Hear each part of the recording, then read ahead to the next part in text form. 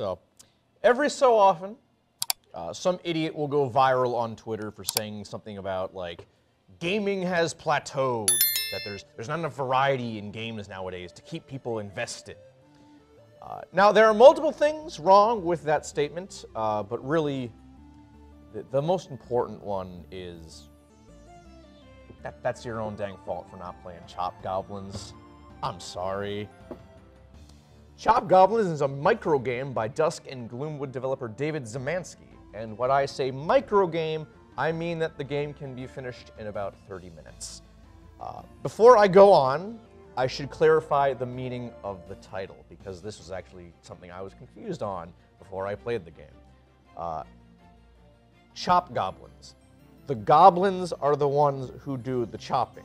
You do have the option to chop. You start off with the dagger, but the goblins are the chop goblins, capital C.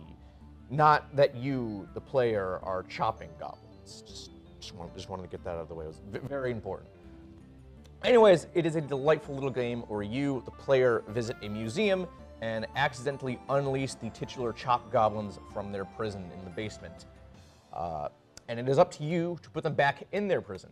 This leads to a time-hopping adventure to stop the goblins, bolstering their ranks by going to Transylvania to recruit Count Dracula, who is constantly singing opera music while you're fighting him.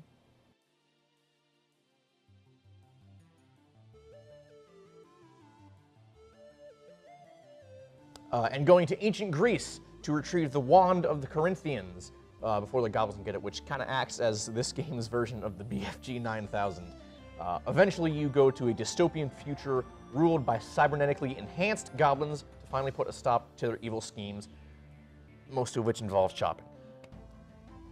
And yeah, that's kind of it. Not much to tell. Gunplay feels really good, which should come as no surprise if anyone has played Dusk. The locales are fun, my favorite being ancient Greece, and the overall tongue-in-cheekness of it just really ties it all together.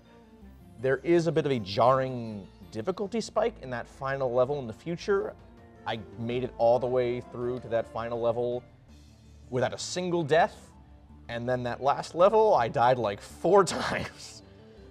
Other than that, though, no complaints. Chop Goblins gets a 6 out of 10, too many goblins. I'm kidding, 8 out of 10.